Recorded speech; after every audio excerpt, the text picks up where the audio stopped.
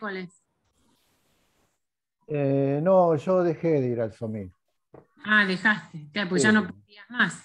sí, no, dejé de ir. Claro. Y con la pandemia parece que se tiene que haber terminado todo. Sí, con la pandemia, bueno, se hicieron alguna reunión por Zoom, pero estaba, aparte, mira, estaba Agotado. muy politizado, solamente se hablaba y cosas, pero hay cosas que no comparte, que yo me cansé. Dije, no, me estoy perdiendo el Ah, tiempo, listo. sí. Así que le dije, bueno, muchachos, yo no sigo más con esto. Un abrazo a todos y me fui. Ah, claro. Se fue puteando. Silvita, Eh, apareciste. Hola, acá estoy. bueno, ¿Por qué yo te Hola apareció estaba. la chicos, foto, che? Hola, Fer. Apareció la foto, ¿eh? hola Silvia, No, Apareció la Robert. cámara, ¿eh? yo Silvia estaba tratando de escondidita. ser, yo estaba tratando de ser sutil, vos le mandaste ahí. Pero sí, me fui Silvia, puteando, es verdad. eh, Robertita. Silvita, resulta que yo me junto, viste, con otras reuniones con la Elber, viste, y Ay, debe ser tan, tan escuchar, divertida. divertidísima. Y lo primero que dice, ay, esto de ocultarse detrás de la cámara, qué cosa, ¿eh? Así que Bueno, yo ahora pongo la cámara, Silvia. chicos, ¿están viendo todos la pantalla? Sí. Bueno, Sí. Silvia, Hola, una sí, se ve pregunta, bien. una pregunta técnica. ¿Vos vas a pasar las y no me diapos? queda otra, Robertita. Ah, ah. Porque yo puedo también acceder y pasarlas yo si vos me A ver, compartís, como vos quieras. cómo tengo que hacer. ¿Cómo es como hacer? ¿Quién va a empezar? ¿Empezás vos o No, empiezo yo? vos empezá. Bueno, cuando esté para empezar, vos compartí, ahí donde dice compartir la pantalla, abajo en verde, ahí cliqueás, compartir, habilitar a todos para compartir. Y entonces yo pongo mi presentación y listo. Así, fácil. Porque no me deja hacer nada ahora. Nada me deja hacer, ¿eh? Estoy tratando de ver si puedo tocar algo arriba o abajo. Fíjate abajo el cartel Share verde. screen, dice Silvita ahí. Claro, ahí cliqué Dice, ahí. cliquea en share screen. Sí.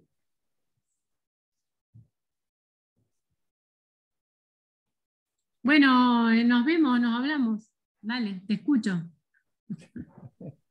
Esperen que ahora no sé qué me pasó con la pantalla. ¿Para qué toqué si estaba todo bien? Ay, Dios santo. ¿Pero vos ves la pantalla, Silvia? Yo veo la pantalla perfecto. Y abajo, se extiende abajo donde está el micrófono y todo eso. No, es que no veo, no tengo el acceso. ¿Viste que uno siempre tiene acceso al micrófono? Nosotros te escuchamos de todos modos. A ver, che. A ver, voy a intentar abrir mi presentación. ¿Sí? ¿La están viendo?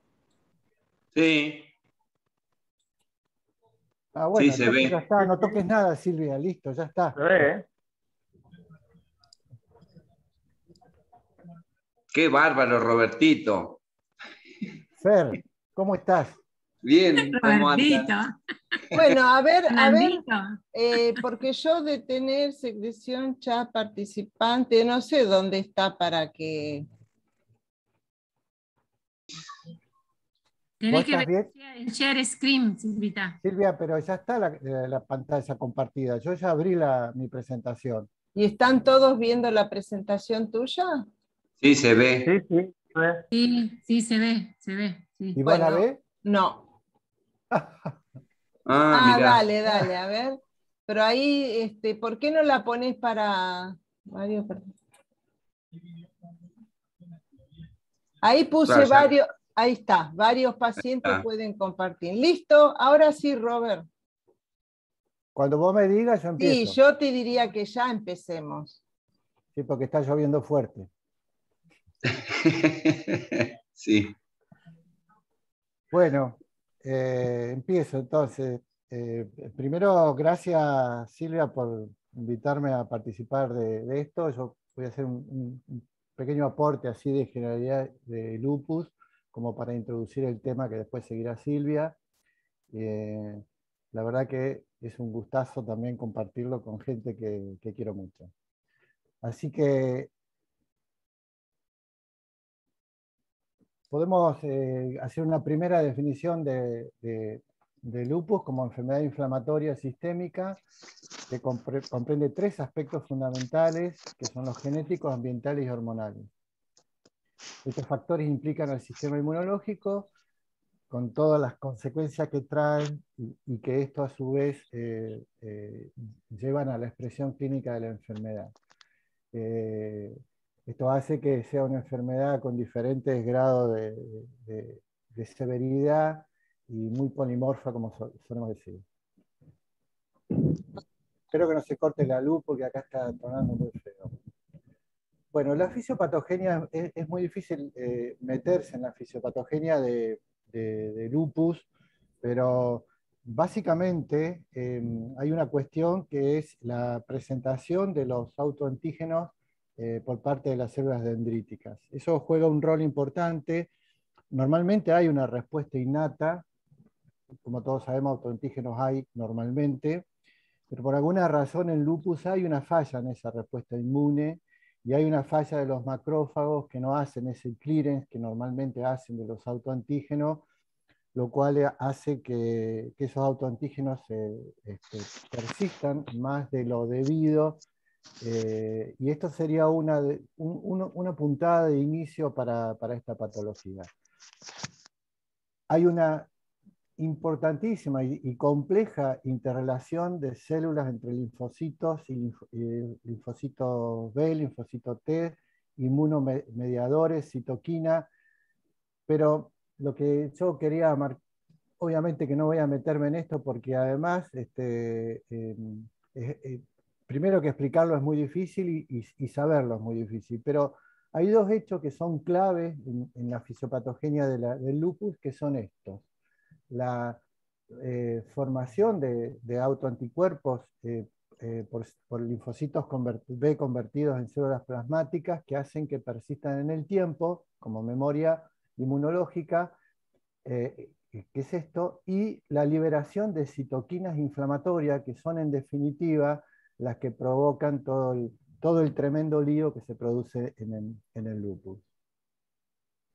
Como decía recién, linfocitos B, que se convierten en células plasmáticas y producción de autoanticuerpos, y los linfocitos T que tienen bastante participación, tanto linfocito T1 como T2 como T17, con liberación de citoquinas proinflamatorias, fundamentalmente como principal rol en el lupus. Dijimos entonces, enfermedad inflamatoria, sistémica, patogenia autoinmunitaria, etiología desconocida, predominio femenino. Existe una interrelación en 2 aspectos que son importantes, que es la predisposición genética y el medio ambiente. Hay varias cosas que están mencionadas, estudiadas, como algunas cosas de la dieta, el fumar, la deficiencia de vitamina D, algunos metales, algunos medicamentos, virus, sobre todo el Epstein-Barr, podría ser el citomegalo y el parvo también, los pesticidas, y la microbiota, que también se está estudiando mucho, porque no solo en el lupus, sino en todas las enfermedades autoinmunes se está investigando mucho qué rol cumple la microbiota en el inicio de las enfermedades autoinmunes. En los congresos últimamente siempre se está hablando cada vez más, diría yo, de este tema. Lo cierto es que hay una baja tolerancia a los autoantígenos con el desarrollo de autoanticuerpos y el consecuente daño tisular que se expresa en los síntomas y síntomas. Esto resume, es muy fácil así, aunque es un poco más complejo, pero esta es la idea que uno tendría que tener básicamente. Solamente menciono la lista de cosas que podrían participar, como lo dije antes, y agrego lo de los factores hormonales, que no se sabe exactamente qué rol juegan las hormonas, pero hay una alta prevalencia en mujeres, el embarazo hace cambiar la evolución de la enfermedad, y probablemente se trate de algún rol de los estrógenos como activador de linfocitos B. Hay muchos artículos donde muestran, digamos, que el medio ambiente juega algún rol. Este es un artículo nada más que muestra el tabaquismo, comparando entre mujeres lúpicas que no fuman y mujeres lúpicas fumadoras. El índice SLIC, que es un índice de daño, es mucho más alto en mujeres fumadoras y lo mismo que la muerte temprana.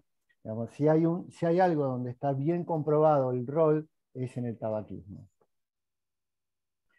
La incidencia a nivel mundial es 1 a 10 cada 100.000 por año, aunque hay muchos lupus leves que no están medicados y muchos lupus no diagnosticados. Por eso la foto ahí de fondo con un iceberg, que es lo que vemos nosotros. En la Argentina, lo que sabemos es que el 60 o el 70% de las pacientes tienen entre 16 y 55 años. Ese es el grupo etario más de mayor incidencia. La incidencia es algo así como 1 cada 20.000 por año, y como sabemos, es mucho más frecuente en la mujer que en el hombre, más o menos 9, 10 a 1.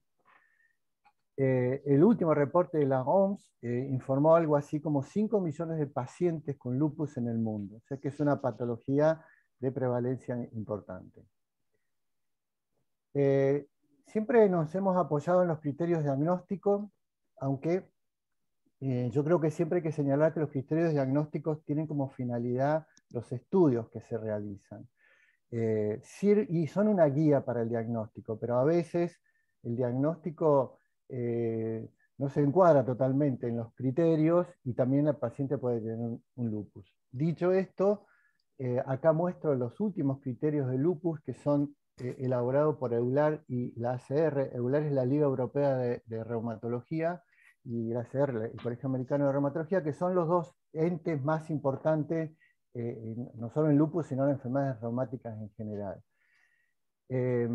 No lo voy a mencionar todo, pero sí solamente quiero comentar algunas cosas como que han ingresado a los nuevos criterios, como son, por ejemplo, la parte de serología, digamos, donde están todos la tríada de antifosfolípidos, el complemento que siempre estuvo, el FAN, que en los primeros criterios no estaba, sí está, por lo menos una medición de 1,80 o más, el anti-DNA, por supuesto, y el SM, que como sabemos es muy específico, pero tiene baja sensibilidad. Algunas palabras de los diferentes aspectos clínicos, excepto concernente a compromiso renal, donde obviamente no voy a decir nada. Los síntomas generales son muy importantes. Señalo el tema de la fiebre. Fíjense en que el 90% de las pacientes en algún momento del curso de la enfermedad tiene fiebre. Obviamente es por la liberación de interleuquinas, y quizás el aspecto más importante y de mayor dificultad es esto, ¿no? Cuando el paciente tiene fiebre, si es actividad lúpica o es infección. Esto no es categórico, pero en la infección generalmente hay leucocitosis y la PCR está muy por encima en relación a la eritrosedimentación, al revés que en el brote, donde generalmente hay leucopenia, y la PCR en relación al eritro es mucho menor. También quiero señalar la astenia, porque es un síntoma muy importante al inicio de la enfermedad, en el diagnóstico, pero también en la evolución. Cuando las pacientes se ponen asténicas, generalmente uno se pone alerta porque puede ser el pródromo de un brote. Diferenciar la astenia, por supuesto, con fibromialgia y depresión. La fibromialgia siempre empioja las evoluciones, pero por eso hay que tenerlo en cuenta. Hipotiroidismo también. Anorexia y pérdida de peso se observa, pero acá lo que señalaría como general, como clave, es la fiebre, por supuesto, y la astenia. Y con respecto a lo reumatológico, La artritis es frecuente en el lupus, lo cual significa que no todas las pacientes lúpicas tienen artritis, alrededor del 70%, mialgias también, en el 60%. La artritis suele ser simétrica, con no tanta rigidez como la artritis reumatoidea, puede afectar pequeñas grandes articulaciones y tiene esta característica que tiene mucho compromiso de los pequeños tendones de las manos, por eso hay roturas tendinosas y subluxaciones. La artropatía de Charcot, que es la descripción de estas manos típicas del lupus, no es por erosión, no es por rotura ósea, digamos, sino por lesión de los tejidos blandos. De hecho, puede haber, pero generalmente no hay erosiones. Y la miopatía es frecuente, es un síntoma bastante común, está en el 60% de los casos y muchas veces con CPK elevado. Lupus agudo de piel, la piel es, como todos sabemos, es la clave a veces en el diagnóstico, porque muchas veces es la primera consulta, es producida por fotoinducción generalmente, o por lo menos agravada, por las rayos ultravioleta, y sí, digamos, significa enfermedad activa claramente. Las lesiones en ala de mariposa son las típicas, erupciones redondeadas, pero no es la única forma, puede haber erupciones papulares bien rojas, digamos, en cualquier parte del cuerpo.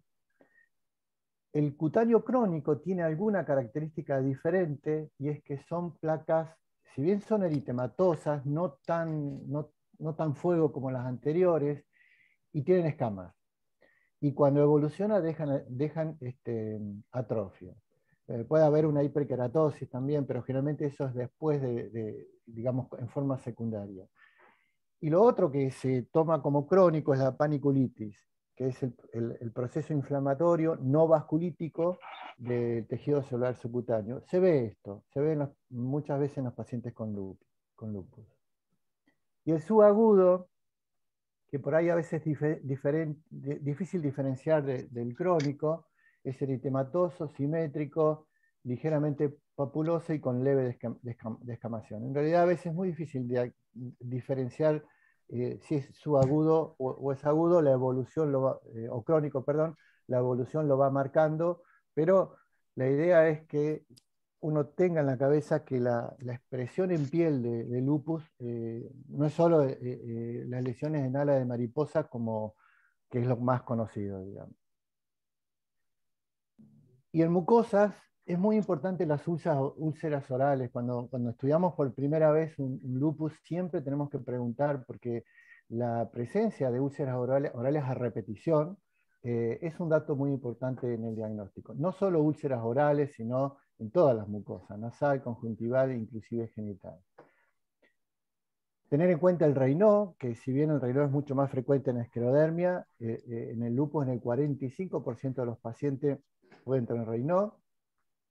Y quiero remarcar el tema de las libedos reticulares, buscarla en los miembros inferiores, sobre todo porque la presencia de libedos reticulares nos hace pensar en la posibilidad de que el paciente tenga un síndrome antifosfolipídico asociado. Así que no hay que dejar de buscarlo, porque a veces los pacientes no lo refieren y hay que ir a buscarlo en los miembros inferiores. Y sí, claramente puede haber vasculitis y vasculitis lúpica, aunque generalmente la vasculitis de piel se acompaña con vasculitis, sobre todo, como es de pequeños vasos, en riñón y neuropsiquiátrico. La presencia de adenomegalias, que está expresando compromiso hematológico del lupus. Esto muestra un Raynaud, esto muestra una libedo reticulares, no sé si se puede ver. Desde el punto de vista respiratorio, tenemos que pensar en que puede afectar la pleura, el parénquima, vasos sanguíneos o la vía aérea. La pleura es muy importante y lo que tenemos es la serositis y el derrame pleural, que es bastante frecuente.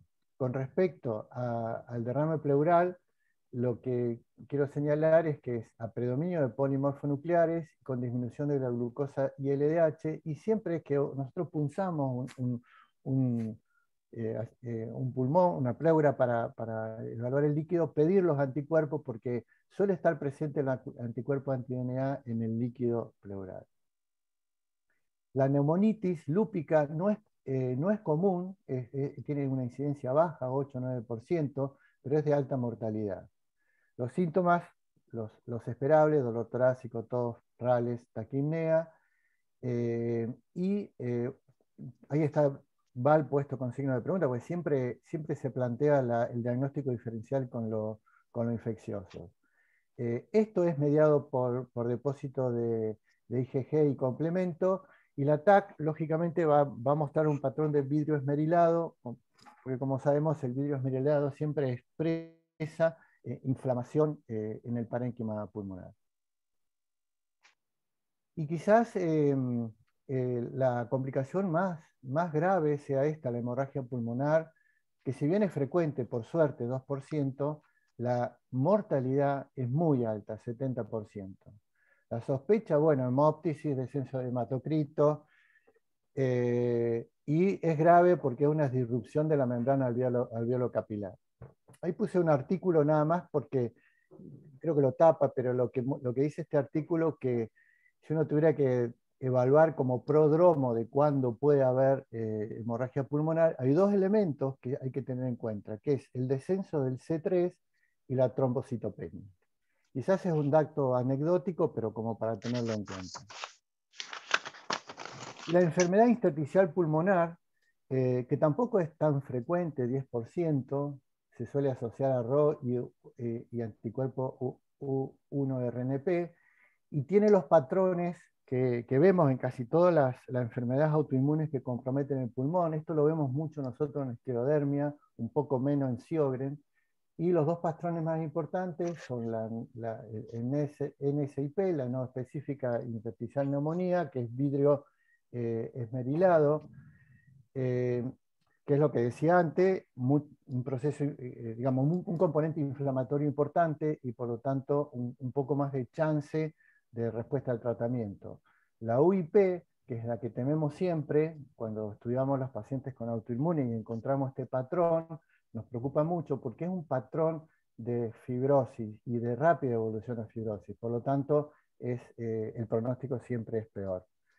Y la neumonía linfocítica, que en realidad es más rara, pero uno tendría que tener siempre en mente de buscar con una tomografía a ver cuál de estos patrones tiene la paciente, porque hace al pronóstico de la paciente. Hay otras cosas que se mencionan, como el pulmón encogido, que no solamente se ve en lupus, también se ve en polimiositis, que en realidad es la disminución de la expansión torácica por compromiso de los músculos, fundamentalmente en los músculos respiratorios y el diafragma. Se ve, no es tan frecuente, pero se ve y uno lo debería tener en cuenta. La hipertensión pulmonar, compromiso que también es mucho más frecuente, como ustedes saben, en la esclerodermia, que es uno de nuestros mayores problemas en la esclerodermia. Por suerte en lupus no es tan frecuente, 2%, pero como siempre la hipertensión pulmonar tiene alta mortalidad a la corta o a la larga. Los síntomas son los típicos, disnea, eso es siempre, tos, dolor torácico, desdoblamiento del segundo ruido, bueno, el soplo, y por supuesto los signos de falla cardíaca. Se confirma, si bien se sospecha por ecocardiograma, se confirma por cateterismo.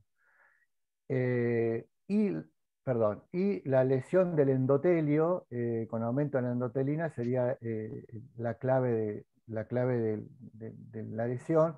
Por eso es que usamos Bosentan y todos estos medicamentos que actúan sobre la endotelina. La afección de la vía aérea es menos frecuente. La estenosis subglótica, en realidad, las veces que yo he visto en pacientes lúpicas, ha sido pacientes que han estado intubadas y ha sido una lesión secular por intubación. Quedémonos con esto, en el hecho de que lupus puede dar hipertensión pulmonar, que es una complicación grave, y nunca olvidarse de la posibilidad de que el paciente pueda tener un pulmón encogido, que uno no lo piensa generalmente, pero puede estar.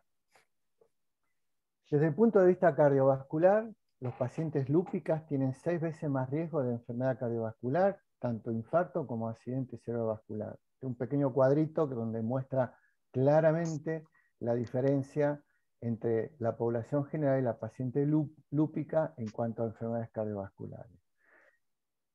Y participan los factores de riesgo clásicos, obviamente, factores metabólicos que muchas veces están presentes en el lupus, el compromiso cardiovascular prematuro y la inflamación crónica, toda situación, no solo en lupus. Eso lo saben ustedes porque los pacientes en diálisis, que son pacientes crónicamente inflamados, tienen más riesgo de enfermedades cardiovasculares. Y por supuesto, los anticuerpos antifosfolipídicos. La pericarditis, yo no sé si se ve acá, a mí me roba un pedacito, pero no importa, acá dice pericarditis, está mediado por inmunocomplejos, dolor y frote. Si uno punza el líquido pericárdico, puede buscar anticuerpos anti-VNN. Es muy raro que llegue a un taponamiento, lo más común es que sea una serositis, lo mismo que la pleuritis.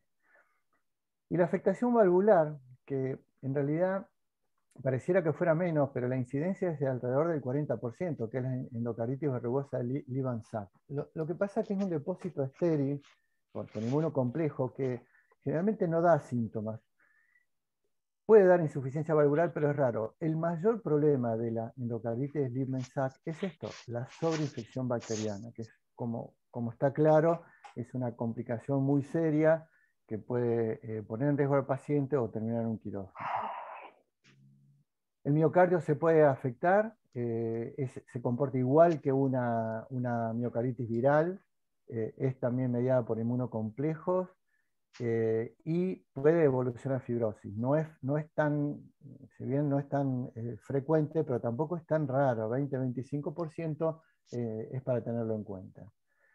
Pueden producirse alteraciones en el sistema de conducción. Como todos saben, el anticuerpo anti-Ro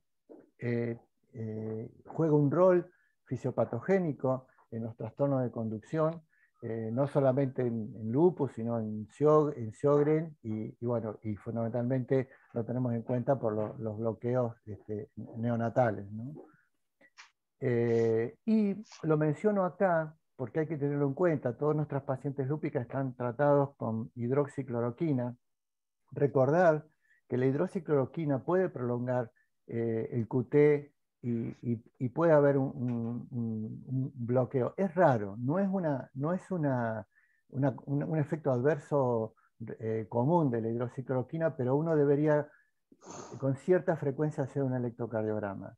Al igual que el efecto adverso retiniano, la hidroxicloroquina, dependen de 2 elementos, que es tiempo de uso.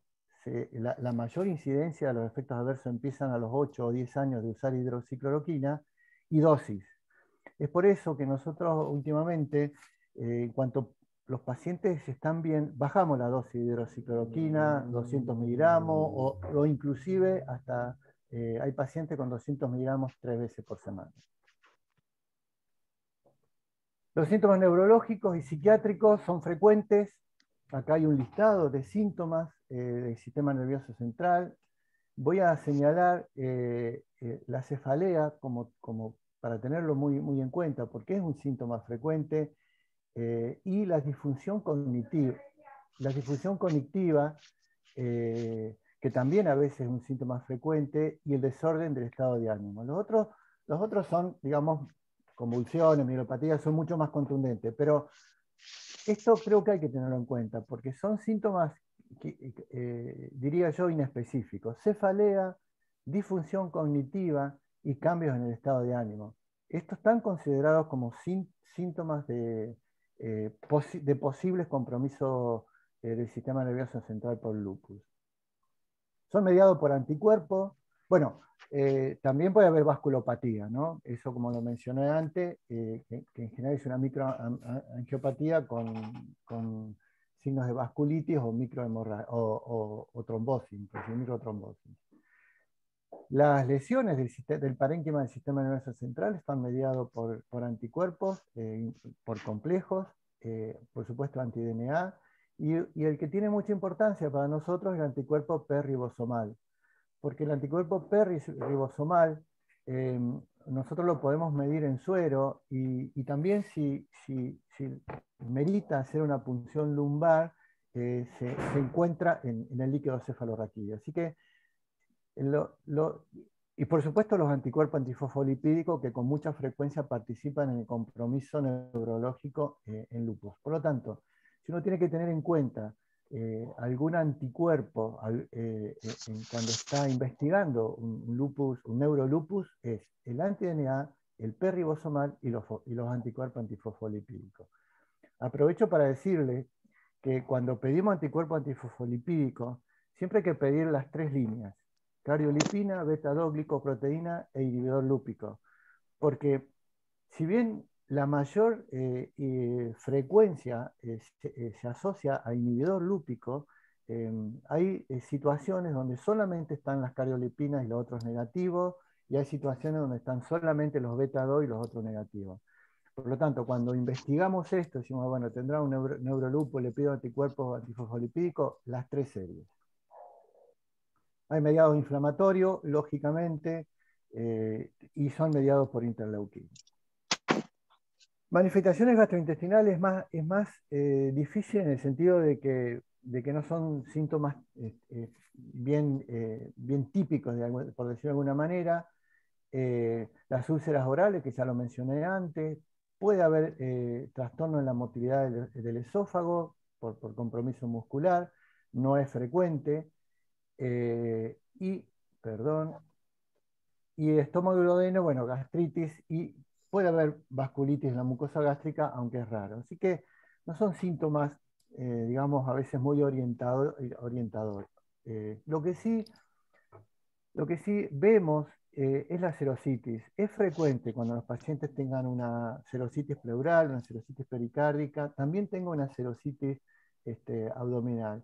Eso, aparte del diagnóstico por interrogatorio, difícilmente se puede ver con una eco, pero con algún estudio de mayor complejidad se puede detectar. Y la vasculitis, lo que quizás sea más importante son los compromisos del intestino delgado, sobre todo el intestino delgado, es más raro el grueso, y bueno, es una situación seria la vasculitis mesentérica, porque a veces se produce necrosis de la pared y con todo lo que eso trae como consecuencia. Y alguna palabra sobre la gastroenteropatía perdedora de proteínas, que es una entidad no solo el lupus, es más, puede estar como entidad sola, es mediado por inmunocomplejo y se produce un edema de la mucosa con ulceraciones que hace que pase esto, que empiece a perder proteínas en el tracto intestinal.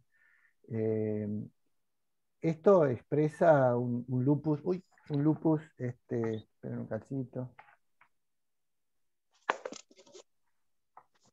Expresan un lupus activo.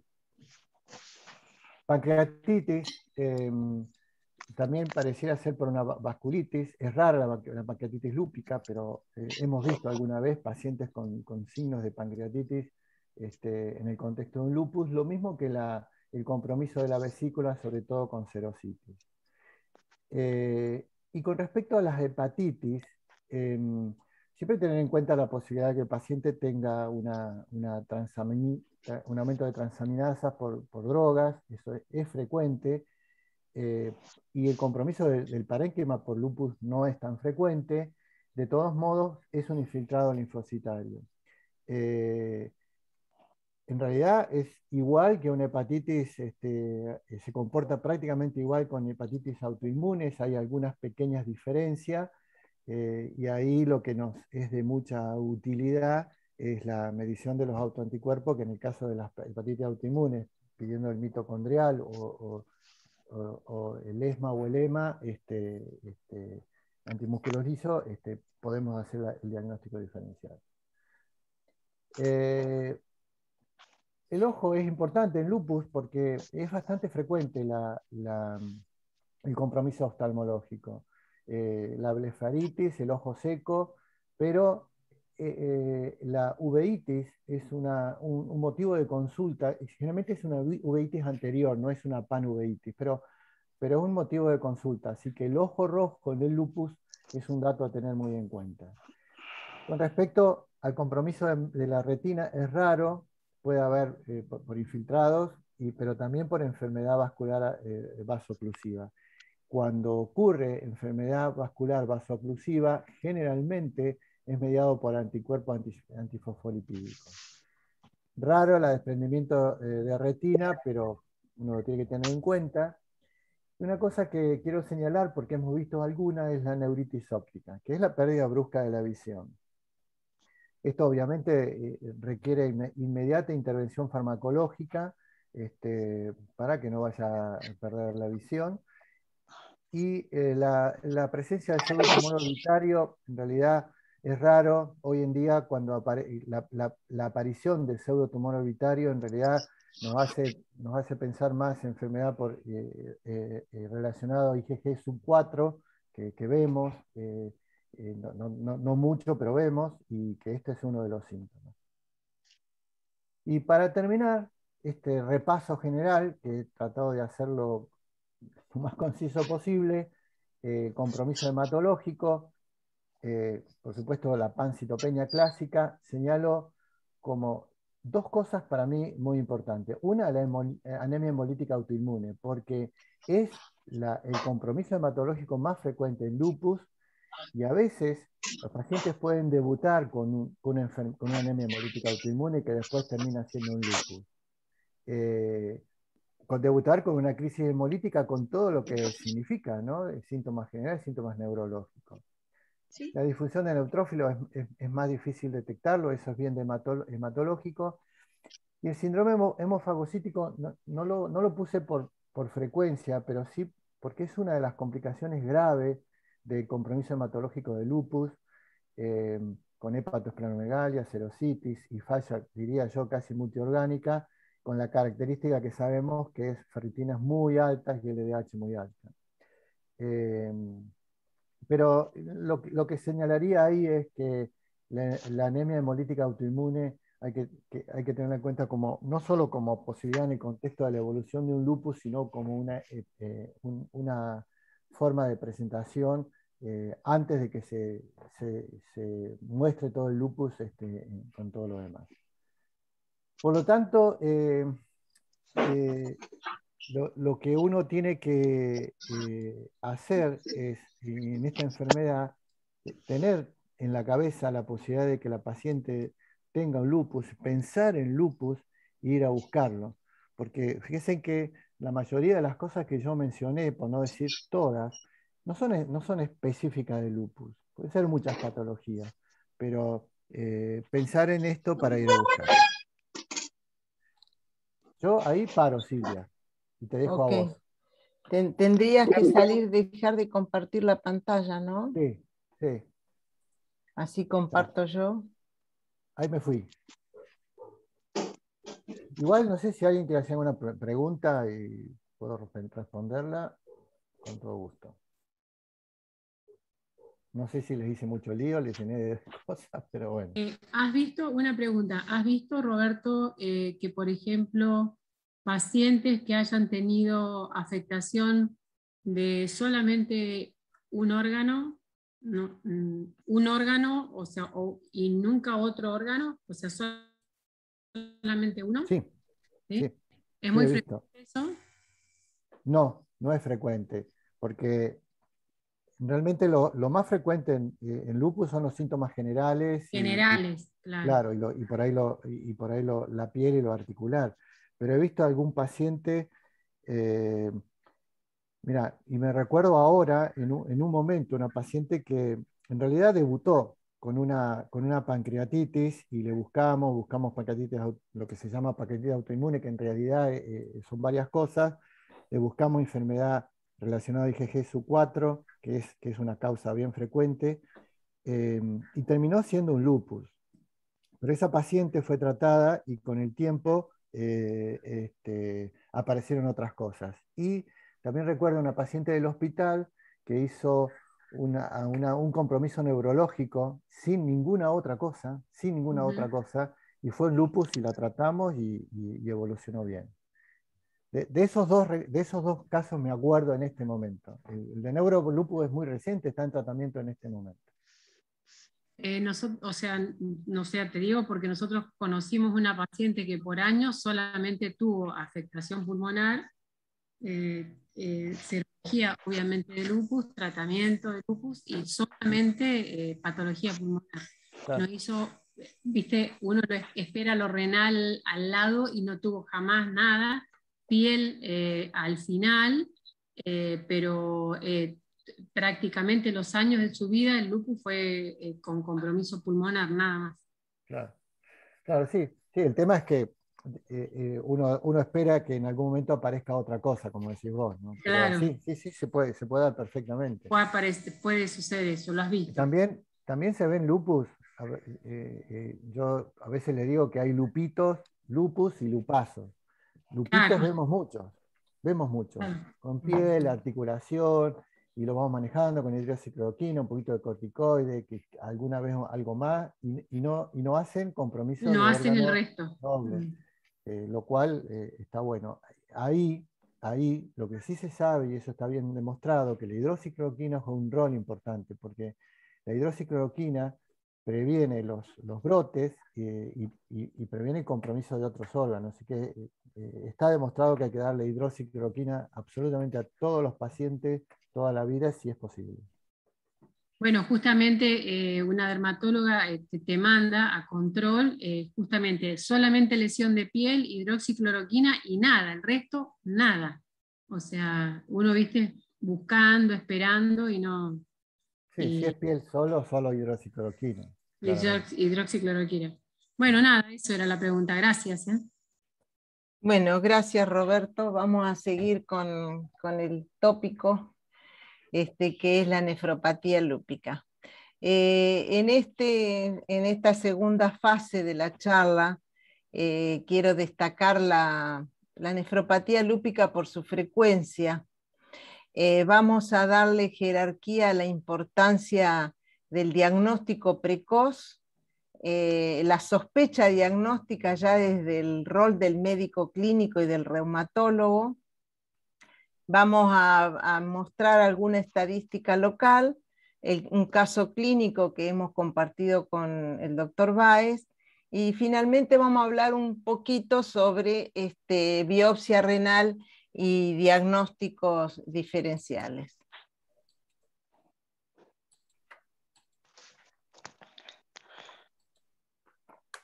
Bueno, acá les muestro una estadística mía. Yo en el año 2007 presenté en el Congreso Argentino de Nefrología todas las biopsias renales que había hecho en el Hospital López Lima, que fueron más o menos unas 100 biopsias renales en el transcurso de 8 años, y encontramos acá el lupus, que es la causa más frecuente de biopsia renal de riñón nativo. Si nosotros miramos acá, nos encontramos que es la más frecuente, con un predominio notable de la mujer y en la edad joven, con un promedio de edad de 23 años. Tenemos que destacar que el 50% de los pacientes con lupus desarrollan nefropatía y el 30% de los pacientes que debutan con un lupus debuta con compromiso renal. Cuando nos vamos acá a esta estadística que había hecho yo de la biopsia renal, nos encontramos que la forma de presentación más común que yo encontré fue las anormalidades urinarias, que es la presencia de proteinuria y microhematuria, el síndrome nefrótico, tan frecuente como las anormalidades urinarias, y menos frecuente fue la presencia de insuficiencia renal aguda, el síndrome nefrítico agudo y la insuficiencia renal crónica. Es de jerarquizar que es la causa más frecuente de rebiopsia renal dentro del grupo de pacientes con biopsias renales. Cuando miramos un poco el diagnóstico anatomopatológico de esa poca cantidad de casos que yo había biopsiado hasta el año 2007, nos encontramos que la gran mayoría de pacientes tienen un grupo o una clase 4 de glomerulopatía, que es como vamos a ver después la proliferativa difusa, que es una de las más complejas o la de mayor riesgo de progresión e insuficiencia renal, y encontramos ya que un 12% era una clase 6, o sea, un riñón terminal, también para darle importancia a cómo llegamos tarde con los pacientes.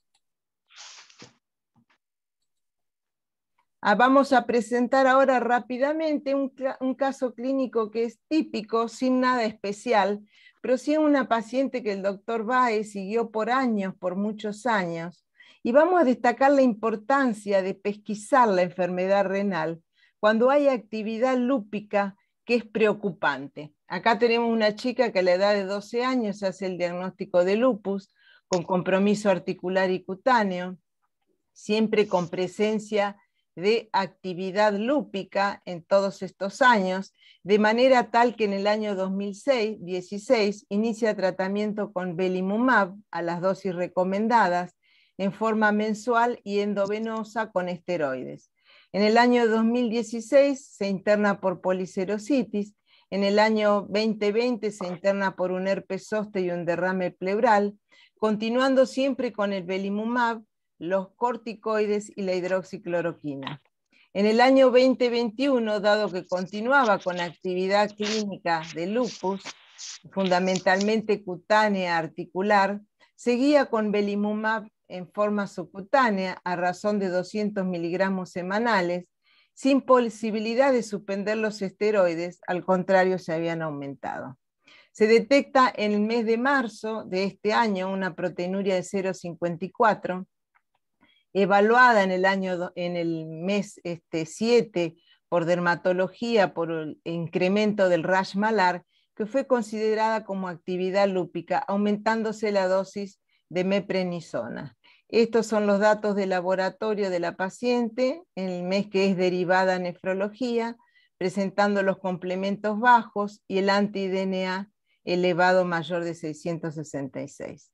Tenía una tendencia a la leucopenia con una eritro no tan alta, y al momento de la derivación a nefrología, donde se practica la biopsia renal, la proteinuria ya había aumentado a 1,33 gramos en 24 horas, con una orina que no decía mucho, no había microhematuria, y el resto no había cosas muy importantes. La paciente no estaba hipertensa y conservaba la función renal. Vamos a hablar rápidamente de las cosas generales de nefropatía lúpica. Nos encontramos, como dijimos recién, que la mitad de los pacientes con lupus en algún momento van a desarrollar enfermedad renal, siendo más agresiva siempre en el hombre, con más riesgo renal y cardiovascular, y siempre la edad más joven, la presencia, el hombre y la ascendencia no europea, son los factores de riesgo de desarrollar nefritis lúpica, dado que la nefritis lúpica en general se desarrolla en los primeros 6 a 36 meses desde el diagnóstico de la enfermedad. Quiere decir que cuanto es en general precoz, más en los más jóvenes y más en los hombres. Con mayor incidencia del negro, le siguen los hispanos, los asiáticos y mucho menos el 14% de los blancos. El paciente negro hispano tiene a atender niveles más elevados de creatinina, más proteinuria y, como dijimos recién, peor pronóstico renal. Cuando miramos nosotros el impacto de la nefritis lúpica en la sobrevida del paciente lúpico, encontramos que la mortalidad es mayor en aquellos pacientes que desarrollaron nefritis lúpica en relación a los que no desarrollaron nefritis lúpica. La muerte directamente atribuida a enfermedad renal ocurre en el 5 hasta 25%, sobre todo en las variedades proliferativas dentro de los 5 años de aparición, habiendo hasta un 30% de este grupo de pacientes con proliferativa que desarrollan insuficiencia renal con requerimiento de terapia sustitutiva renal. La respuesta clínica completa al tratamiento es fundamental para preservar la función renal. Esto lo vamos a tomar como algo muy importante, porque es lo que nosotros tenemos que lograr, respuesta clínica. Los pacientes que lograron respuesta clínica completa tuvieron una supervivencia renal del 92% a los 10 años, cuando lo comparamos con el 43% de los respondedores parciales y solo un 13% de los no respondedores. ¿Y cómo arribamos al diagnóstico de nefropatía lúpica? Siempre, a menos que exista una contraindicación, se debe realizar biopsia renal en casi todos los pacientes con lupus que tengan evidencia clínica o de laboratorio de afección renal, una proteinuria normal, un sedimento urinario activo o una creatinina elevada o una tasa de filtración baja. Acá nos encontramos con las indicaciones de biopsia renal, que son la excreción de proteínas superior a 500 miligramos por día, o sea que acá la estamos cuantificando en 24 horas, la presencia de un sedimento urinario activo con una hematuria persistente con más de 5 glóbulos rojos por campos, especialmente si hay acantocitos, el aumento de la creatinina sérica, y dentro de los cilindros lo que más nos importa son los cilindros hemáticos. Si nosotros miramos en esta otra parte de la diapositiva y miramos la prevalencia de las manifestaciones clínicas en el paciente con lupus, nos encontramos que el 100% de los pacientes tiene proteinuria. Todos los que tienen nefropatía lúpica, casi el sello es que tengan proteinuria. En rango nefrótico en el 50%, hematuria microscópica en el 50%, y el resto de los hallazgos con menor frecuencia. ¿Cómo vamos a hacer para hacer el diagnóstico de nefritis lúpica? En primer lugar, vamos a tener una orina completa que nos va a aparecer en cruces. Puede haber falsos negativos si la orina está muy diluida, o falsos positivos si la orina está muy concentrada. Con respecto a la sangre, puede dar falsos positivos si el sangrado no es de origen glomerular. En las mujeres menstruantes, por ejemplo, hay que determinar bien que el origen sea de origen glomerular. Y mirando la microscopía nos vamos a encontrar con la presencia de los hallazgos específicos, que son la presencia de glóbulos rojos dismórficos con acantocitosis, y la presencia, que esto significa hematuria microscópica, y que se ven en el 80% de los casos. En el 30% se ven como en este slide, se ve el cilindro hemático, ¿sí? Y también se puede ver cilindro de glóbulos rojos, de glóbulos blancos, perdón. ¿Cómo medimos la proteinuria en un paciente con sospecha de nefritis lúpica? Dijimos que por definición la proteinuria debe estar presente casi en el 100%, vamos a tener probablemente en la tira reactiva positiva. Sin embargo, tenemos que cuantificarla. Una de las formas de cuantificar, esto se los pongo porque así está en las revistas, el UPCR, es urinario, la P de proteína sobre creatinina, es la medición de la proteína en gramos sobre miligramos de creatinina en una muestra aislada, que en general se prefiere que sea la primera orina de la mañana. ¿Sí? Siempre una vez que obtengamos esta orina, si esta orina nos da patológica, siempre tenemos que buscar la proteinuria de 24 horas, como hizo el doctor Báez con esta paciente, que siempre la evaluó con proteinuria de 24 horas, porque son aquellas que atenúan los errores en la recolección. Sin embargo, nosotros, si tenemos un DISTIC positivo, le hacemos una cuantificación en la primera orina de la mañana, la primera muestra de la mañana, que nos sirve para detectar y para seguir alguna tendencia, y a la hora de tomar decisiones clínicas críticas, vamos a tener una orina de 24 horas. Las CADIGO del 2020 nos dicen acá la importancia de la detección precoz. Fíjense que en una orina con alta, muy concentrada, podemos a veces tener hasta 2 cruces, y en una orina muy diluida podemos tener una cruz. Quiere decir que la dilución o la concentración de la orina puede dar falsos positivos o falsos negativos.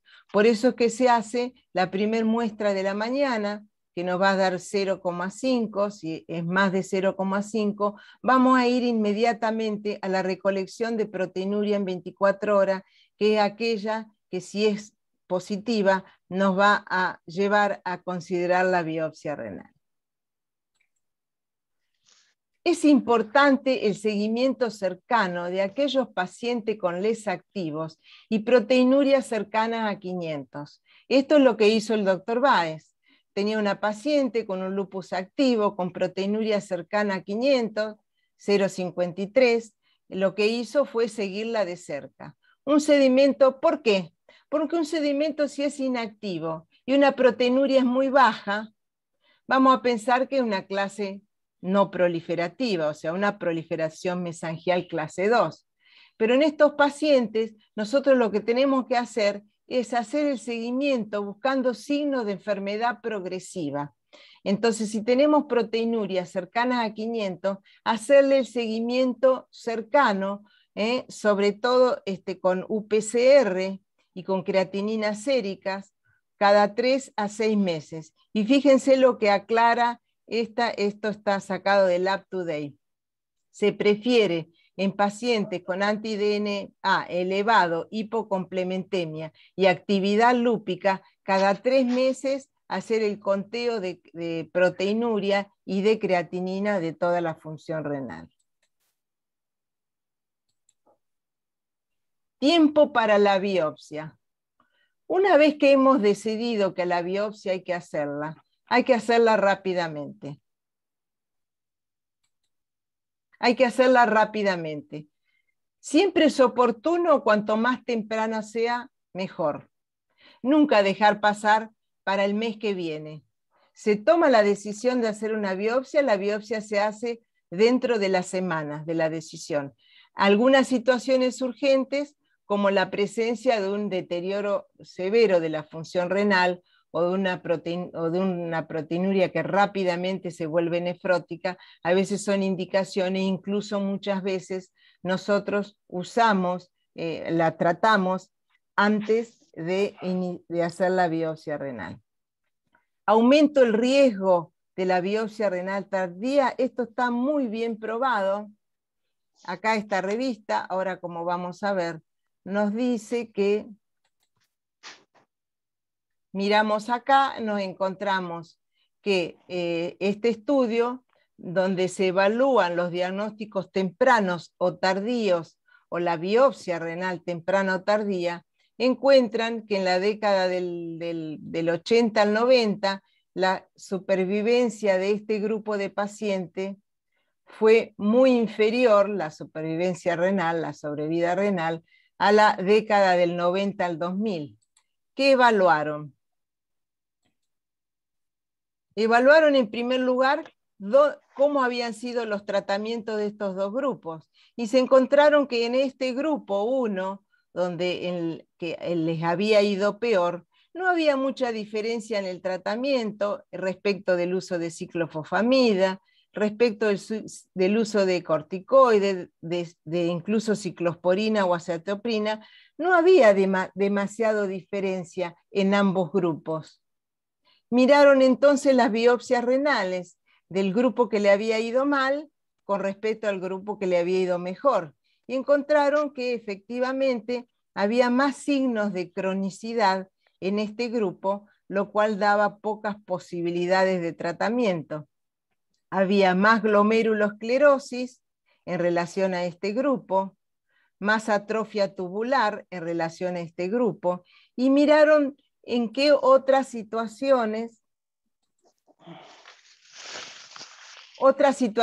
podían estar llevando a que esto sucediera, a que este grupo les iba mucho peor. Y encontraron un dato muy importante, que es el tiempo desde la detección de la proteinuria hasta la biopsia renal, y encontraron que en este grupo que les había ido mal, el tiempo que habían tardado en hacer la biopsia habían sido 15 meses con respecto al segundo grupo, que habían tardado casi 4 meses. Esto nos está diciendo que a la hora de tomar la decisión de biopsiar un paciente, no tenemos que postergarlo. Y ahora vamos a cotejar rápidamente los datos clínicos con la patología, preguntándonos si acaso es confiable la presencia de los datos clínicos para poder determinar alguna aproximación histológica.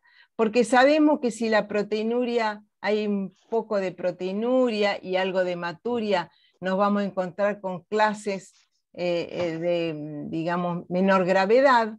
Sabemos que si hay proteinuria, hematuria y algo de síndrome nefrótico podría ser una clase 3. Si encontramos algo de insuficiencia renal y un síndrome nefrótico puede ser una clase 4. Si encontramos un síndrome nefrótico puro va a ser una clase 5. Y si tenemos una insuficiencia renal va a ser una clase 6. Ahí es, entonces decimos, me puedo imaginar que si un paciente tiene una leve proteinuria, tiene una clase no proliferativa. Pero entonces la importancia de la biopsia renal, nos dice el UpToDate, ¿cuándo es importante? Es probable que los pacientes con síndrome nefrótico y sin sedimento patológico, es probable que tengan una nefropatía membranosa lúpica. Sin embargo, muchos pacientes que se les hace biopsia se encuentra que tienen glomerulonefritis proliferativa o una podocitopatía. Fíjense qué importancia en este grupo de pacientes hacer una biopsia renal. Los pacientes con un sedimento muy activo, con mucha microhematuria y poca proteinuria, o con creatininas normales, uno podría decir es un paciente que tiene una leve proliferación mesangial, una clase 2. Sin embargo, muchas veces estos pacientes que tienen poca proteinuria, un sedimento activo, pero no tanto, nos encontramos con enfermedades proliferativas difusas. Muchos pacientes que tienen creatininas elevadas, un sedimento urinario activo y una proteinuria en rango nefrótico, nosotros decimos debe tener una nefritis proliferativa difusa clase 3 o 4. Sin embargo, nos encontramos que muchas veces tienen muchas semilunas. Quiere decir, qué importancia que tiene la biopsia renal. Pero aparte de la importancia, es a veces diagnóstica cuando nos encontramos un paciente que tiene una glomerulonefritis y que no ha debutado todavía con el resto de los síntomas compatibles con lupus o no tiene diagnóstico de lupus, y la biopsia renal nos va a llevar al diagnóstico de lupus. Por eso es que los nefrólogos siempre decimos que hay una disociación clínico-patológica que es característica del lupus, que nos lleva a no confiarnos en los datos. Tiene una proteinuria que no es muy importante. Bueno, lo dejo para biopsiar, bueno, lo biopsio el mes que viene. No, la biopsia tiene que hacerse apenas uno haya tomado la decisión de hacerlo en cada paciente. Concluimos entonces que los datos clínicos y analíticos no son capaces de predecir el pronóstico ni ayudan a establecer un tratamiento, que deben estar basados puramente en los datos histológicos. Por lo tanto, la biopsia renal es obligada. Y acá vamos a ver las clases rápidamente, donde vamos a decir que la clase 1 y la clase 6, la clase 1 es el riñón normal, que lo que puede tener es depósitos de inmunoglobulinas o de complemento mesangiales, por ejemplo, pero es un riñón ópticamente normal. El clase 6, como dice acá, tiene una esclerosis avanzada, con más del 90% de los glomérulos esclerosados, ¿sí? Y ya es un riñón que ya no tiene posibilidades de recuperarse. Entonces vamos a ver ahora las clases 3 y las clases 4, que son las que nosotros le llamamos proliferativas. La clase 3 porque la proliferación es endocapilar. El nombre que tiene actualmente es hipercelularidad endocapilar, que se produce por la presencia de depósitos subendoteliales, y la clase 3 característicamente compromete menos del 50% de los glomérulos, mientras que la clase 4 ¿sí? La diferencia con la clase 3 es que compromete más del 50% de los glomérulos. Después vamos a ver la clase 2, donde los depósitos ya no son subendoteliales de inmunocomplejos, sino que son en el mesangio, y lo que tiene es hipercelularidad mesangial o aumento de la matriz mesangial. Esta es la tipo 2, tanto la 1 como la 2 son patologías que tienen buen pronóstico, ¿sí? Y después nos encontramos con la clase 4, que es la que tiene depósitos. Esta tenía en el mesangio, esta tenía en el subendotelio, esta tiene en el subepitelio. El depósito en el subepitelio no provoca proliferación. Por eso la clase 4 está dentro de las glomerulopatías no proliferativas, que es la membranosa, con depósitos de complejos inmunes en la vertiente subepitelial de la membrana basal glomerular. También quiero aclarar que están las formas mixtas, donde están las clase 5 más 4 o clase 5 más 3. Acá era un poco lo que les estaba explicando recién, lo que puede proliferar en el glomérulo. En el lupus tenemos característicamente una patología que puede proliferar todo. El mesangio, como dijimos, produciendo una clase 2. El endotelio, produciendo hipercelularidad endotelial, que sería una clase 3 o clase 4. Y dependiendo de dónde estén los depósitos inmunes. Si el depósito inmune está en el mesangio, va a proliferar el mesangio. Si el depósito inmune está en el subendotelio, va a proliferar el endotelio. La otra posibilidad es que el depósito inmune, si es pequeño, pase hacia el otro lado de la membrana basal y no produce enfermedad proliferativa. Lo otro característico del lupus es que a veces nos encontramos dentro del glomérulo células que no son típicamente glomerular, como en este caso que vemos un polimorfo nuclear produciendo exudación. ¿Qué característica tiene el lupus? Es que proliferan todas las células del glomérulo, incluso puede haber, como dice acá, proliferación del epitelio, que serían las células que están por fuera de la cápsula de Bowman. Importante tener en cuenta los índices de actividad y cronicidad a la hora de hacer una biopsia renal. Nos encontramos que los scores de actividad son 24, que sí que la sumatoria de los distintos scores, que fíjense que es actividad.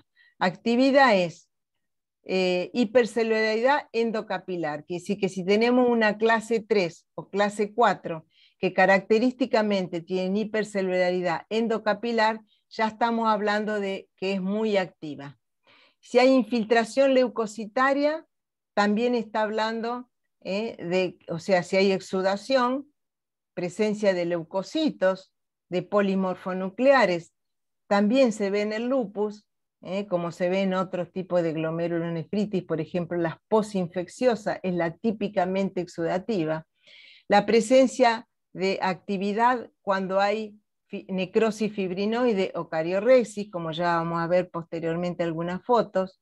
La presencia de depósitos subendoteliales formando los wire loops, que son lesiones también características del lupus.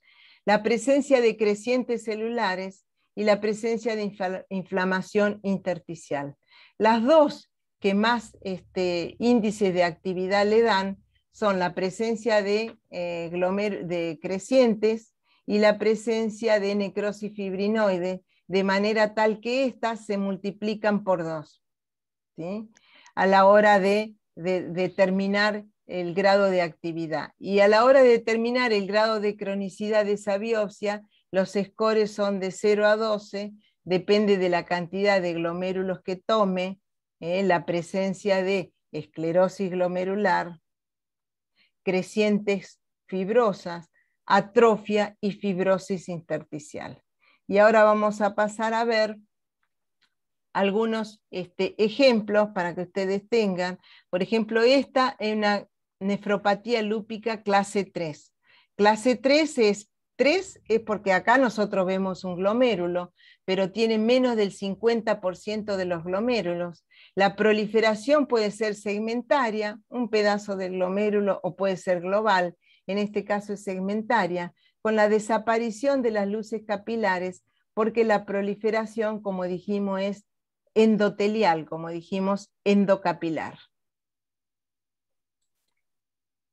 Acá tenemos una clase 4, donde seguramente hay más del 50% de los glomérulos comprometidos para que sea clase 4, donde hay también proliferación endocapilar, ¿sí?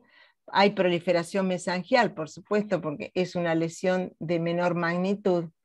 Hay expansión mesangial también, pero lo que les quiero mostrar es, fíjense que no hay en ningún lugar prácticamente luces capilares, están todas ocluidas por la proliferación endocapilar. Acá, como les decía recién, hay exudación, presencia de polimorfonucleares, eso es característico. Acá les quiero mostrar nuevamente cómo la proliferación endocapilar hace que prácticamente desaparezcan las luces capilares en las patologías, en las clases 3 y 4, que son las dos donde hay proliferación. Acá les quiero mostrar algo de algunas lesiones que marcan actividad, como la cariorrexis, que es la presencia de fragmentación nuclear. Acá los núcleos fragmentados, La presencia de semilunas epiteliales, en este hay proliferación extracapilar, como se ve acá. ¿Sí? Acá hay necrosis fibrinoide, que es la presencia de fibrina dentro de los vasos. Esto no es típico del lupus, porque necrosis fibrinoide, acordémonos, que también característicamente se ven las vasculitis. Y la presencia de la sasa de alambre o el wire loop, que es la presencia de depósitos subendoteliales que determinan como una joroba. Acá también lo voy a ver en la próxima, acá el wire loop, el engrosamiento de la membrana basal por la presencia de los depósitos subendoteliales. Acá otra característica del lupus es la presencia de adherencias, los glomérulos se adhieren a la cápsula de Bowman, y la presencia del cuerpo hematoxilínico, que son muy característicos del lupus, con la tensión de hematoxilina y eosina, que es la presencia de núcleos degenerados, que se correlacionarían con las células LE, que no se ven prácticamente, porque se ve solamente en el 2% de la biopsia, pero cuando se ve son características del lupus. Respecto de la inmunofluorescencia, lo único que tengo para decirles respecto de esto es que depende el tamaño, si son grandes los depósitos, si van a generar inflamación y dónde van a colocarse. Si se depositan en el subendotelio, van a producir proliferación endotelial, y si son pequeños catiónicos, van a pasar hacia el otro lado de la membrana basal glomerular y no van a producir proliferación, y van a producir una glomerulonefritis clase 5. Y para mostrarles un poco mejor la presencia, fijémonos, el 98% de los lupus tiene IgG y C3 en la inmunofluorescencia, el 88% tiene C1q, el 82% tiene IgA, y el 90% tiene IgM, y a veces puede verse fibrinógeno y cadenas livianas también. El full house es cuando encontramos prácticamente todo, que es muy frecuente. Vamos a mirar la biopsia de esta paciente, que biopsiamos, la paciente del doctor Báez, que se había presentado, acordémonos, se presentó con una proteinuria no nefrótica, 1.33 al momento de la biopsia renal, con conservación de la función renal, sin hipertensión y, por supuesto, sin síndrome nefrótico. 18 glomérulos, de los cuales 3 presentan semilunas epiteliales. Fíjense, ya empezamos a darnos cuenta de esta disociación clínico-patológica, donde nosotros tenemos, ni siquiera hay microhematuria, sin embargo tenemos 3 semilunas epiteliales. 3 glomérulos presentan hipercelularidad endocapilar. 3 de 18 es menos del 50%, quiere decir que sería una clase 3. Sería proliferación del endotelio en menos del 50%. Sería una clase 3 con semilunas epiteliales que le daría mucha actividad, pero no alcanza a ser una glomerulonefritis rápidamente evolutiva, porque tendría que ser, para que esto sea así, comprometer el 50% de los glomérulos. Poca fibrosis y poca atrofia, que sí que hasta ahora vemos un riñón bastante activo, con mucha actividad lúpica. A la hora de ver la inmunofluorescencia, fijémonos que hay IgA, IgG, IgM, C3 y C1q. Es un full house. Cuando miramos los índices de actividad de esta paciente, tiene 6 para 24. Fíjense que las crecientes celulares la multiplican por 2. Y a ver el índice de cronicidad es de 2 para 12. Los hallazgos histomorfológicos se correlacionan con una glomerulonefritis clase 3 más 5. Quiere decir que la paciente tiene una mixta. Para decir 2 o 3 cositas y no detenernos mucho, siempre es un tema es el diagnóstico entre la glomerulonefritis membranosa idiopática versus la lúpica. Perdón, me olvidé de algo muy importante. A la hora de la descripción de esta biopsia renal, nos encontramos que aparte de los depósitos hialinos subendoteliales que producen proliferación endotelial, los glomérulos muestran engrosamiento difuso de la membrana basal glomerular, con imágenes espiculadas en metenamina plata. Este no es el de la paciente, pero acá se ven las imágenes espiculadas, ¿sí? Como peinecito en metenamina plata, que eso es característica de la glomerulopatía membranosa. En este caso es lúpica, ¿no es cierto? Por eso hago el diagnóstico diferencial de la glomerulopatía membranosa idiopática versus la lúpica, donde ya sabemos nosotros, porque esto ya lo vimos en la clase anterior, la presencia de la idiopática, de los anticuerpos anti-PLA2R y de la presencia de la inmunoglobulina 4, cuando la 2, la 1 y la 3 es más de la lúpica, hay full house, hay más inmunoglobulinas de todo tipo. Acordémonos que la idiopática tiene especialmente IgG y complemento puede tener, acá prácticamente tiene IgA, IgM, puede haber proliferación endotelial, ¿sí? Pero estemos atentos porque un paciente puede tener una glomerulonefritis membranosa y ser un lupus, porque esta puede preceder en meses o hasta años a las manifestaciones de un lupus. Y sí que a la hora de hacer diagnósticos diferenciales, muchas veces, si el paciente no tiene ya un lupus diagnosticado y nos encontramos con una membranosa en una mujer joven, vamos a estar pensando que probablemente tenga una idiopática versus una lúpica. Y acá ya para ir terminando, ¿cuándo repetir la biopsia renal? La aparición de un sedimento activo con una enfermedad previamente inactiva, con una elevación de la creatinina, nos puede llevar, si hay un empeoramiento de la función renal o de la proteinuria, a requerir una nueva biopsia renal. Fíjense qué interesante lo que dice. Los pacientes que requirieron una nueva biopsia renal, según los criterios del nefrólogo, más de la mitad tenían otra forma histológica. Quiere decir que cuando uno lo piensa, hay que hacerlo. Y fíjense esto, que vendría a ser cuáles son los marcos donde yo tengo que pensar en repetir una biopsia renal. Fíjense, Un síndrome nefrótico que no estaba, una paciente con un lupus, que yo la vengo tratando, con una glomerulonefritis, una proliferativa focal, y de repente hace una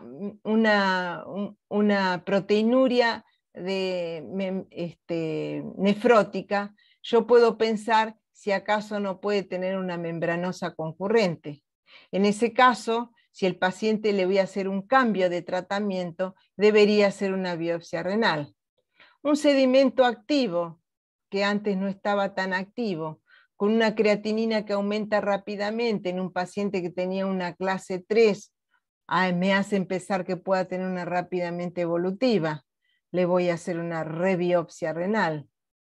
La creatinina que me aumenta lentamente con una proteinuria persistente. Entonces yo voy a decir, ¿es una actividad o probablemente no sea una actividad? Y si es una forma inactiva, esto es muy importante a la hora de decidir tratamientos, porque si el riñón está inactivo, voy a tomar las decisiones no en función del riñón, sino en función de otros órganos del paciente.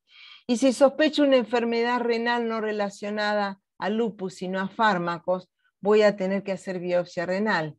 Y si tengo una proteinuria que no es nefrótica, pero que me va, con el tiempo, va aumentando cada vez más, voy a pensar que el paciente ha quedado con menos glomérulos vigentes y que puede estar hiperfiltrando y que es otro. Muchas veces, a mí me pasó más de una vez, de tener que hacer biopsias renales, no tanto porque pienso que está activa, sino porque pienso que puede estar inactiva y para no agregarle más inmunosupresión. ¿En qué otro caso haríamos una rebiopsia renal? Si nosotros pensamos que el paciente tiene agregado una enfermedad renal producida por anticuerpos antifosfolipídicos. Si tiene un paciente una forma proliferativa, puede ser que no sea necesaria una rebiopsia. Entonces acá nos preguntamos cuándo biopsio y cuándo rebiopsio al paciente. Si puede ser que el paciente no necesite una repetición de la biopsia, en aquellos pacientes que tuvieron unas formas proliferativas difusas y que fueron tratadas, mejoraron y que vuelven nuevamente con sedimento activo. Lo más probable es que sea la misma enfermedad, la proliferativa difusa, que recurre. En ese caso, tengo que reforzar el tratamiento, pero probablemente no necesite una biopsia. Sin embargo, algunos médicos repetirán una biopsia renal para determinar, a veces, hacer un cambio de tratamiento. Quiere decir que muchas veces uno piensa que el paciente pueda tener una forma distinta o no, pero a veces uno la biopsia renal la hace para poder establecer un cambio en el tratamiento. Si el paciente tiene una glomerulopatía membranosa lúpica, por ejemplo, se justifica una biopsia repetida si el paciente tenía por ejemplo, una proteinuria y desarrolla un sedimento activo. En ese caso, podría diferenciarse el tratamiento que ese paciente va a necesitar. Esto para la membranosa. Fíjense que en un estudio retrospectivo de 29 pacientes con membranosa lúpica, la probabilidad de una transición a una forma proliferativa fue del 35%, que dice que yo tengo una paciente con membranosa, pero me desarrolla un sedimento activo, probablemente necesite una rebiopsia renal. Para terminar con esta última diapositiva, lo que nosotros queremos son los mejores resultados para nuestros pacientes. ¿Qué es mejores resultados? Como decía ahí, la diferencia entre la sobrevida renal del paciente que tiene una respuesta clínica completa respecto de la que no la tiene. La sobrevida renal es muy superior si uno va a lograr una respuesta clínica completa. Y para ello, como dijimos recién, lo más importante es el diagnóstico precoz, digamos. Por supuesto que hay tratamientos nuevos, que hay mucho por hacer, que en la próxima charla vamos a hablar de los tratamientos que hay, pero acordémonos el tratamiento precoz. Cuando pensamos que tiene una glomerulonefritis lúpica, biopsiarla y tratarla lo antes posible, porque es lo que más nos va a predecir que va a tener una mejor respuesta renal. El tratamiento tiene que ser oportuno y siempre va de la mano de los hallazgos anatomopatológicos y no tanto de la clínica del paciente, ¿no es cierto? Creo que esta es la última.